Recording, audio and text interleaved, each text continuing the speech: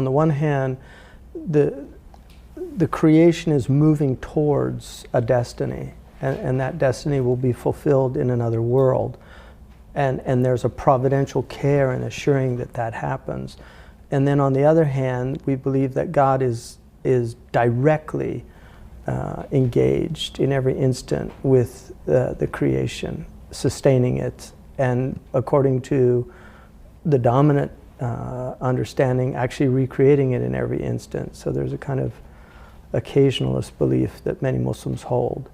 So that means that God is providentially taking care. For instance, we actually believe if we took your temperature or my temperature right now, it'd probably be around 98.6 in our measurement with Fahrenheit.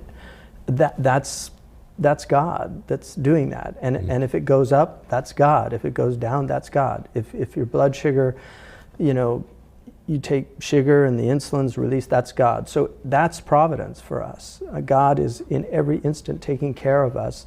And then when it goes wrong, it's also God. That is... Does that lead to a fatalism or on one hand or a diminishment of free will on the other?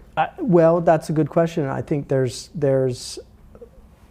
on the one hand, it does give us a kind of acceptance of things, but on the other hand, we do believe that we do have free will in that limited area of our agency, that God has given us will, that volition, that we are volitional creatures and we have moral agency. So, and in fact, like Kierkegaard, we believe that every instant, in essence, is it's an ethical choice that's being made.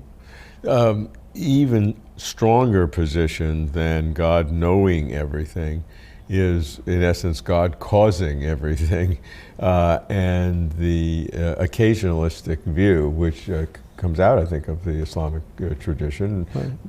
Not all Muslims believe that, of course, sure.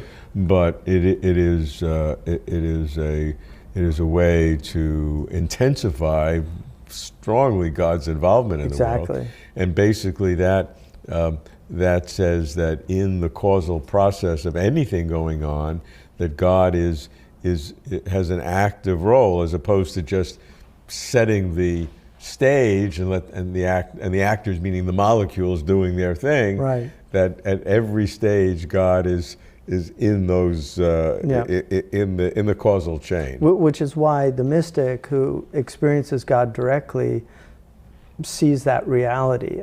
There's a great Egyptian scholar and mystic, Ibn Ata'illah, who said, when was God absent that God needed to be proved to exist?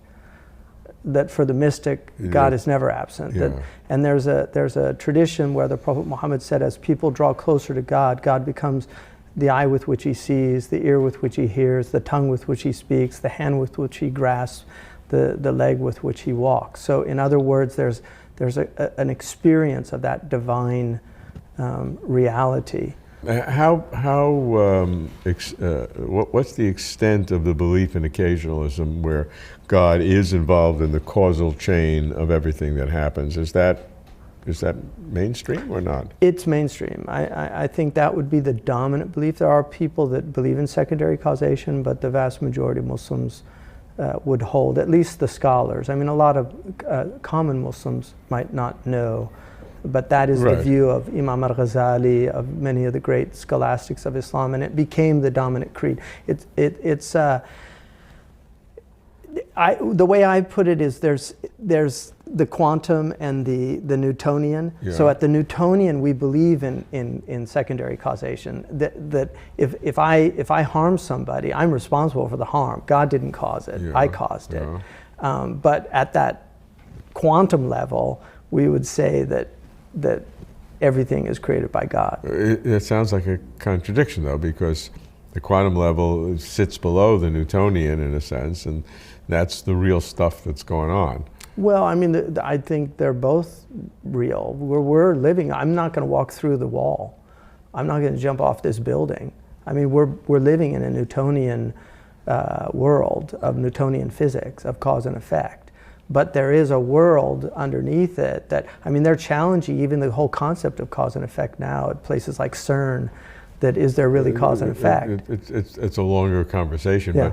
but the concept of occasionalism, though, some have said had undermined the process of science, because if God's involved in all the causation, then science takes a lower position in the Yes, in the hierarchy. I don't. That argument does not convince me at all, because first of all, the Muslims, when they were at the height of their certainly their prowess civilizationally, they were at the forefront of sciences. That's correct. And many of them were actually occasionalists. So it didn't stop them from working with the world that God has given them. I mean, the foundational text that we believe by Imam Nasafi says that the reality of things is fixed. It's, حقائق الأشياء ثابتة, it's fixed. And the knowledge of those things is realized. So and then it talks about the way that we know those is through facts and through the five senses. So empiricism is real for the Muslims. I mean, we believe in empirical science. At the same time, you believe in occasionalism. Yeah, and I think there's a type of challenge for people to hold contradictory thoughts in their mind. Einstein, I think, said it was a sign of genius. So I think the Muslims maybe had a type of genius that people haven't really appreciated.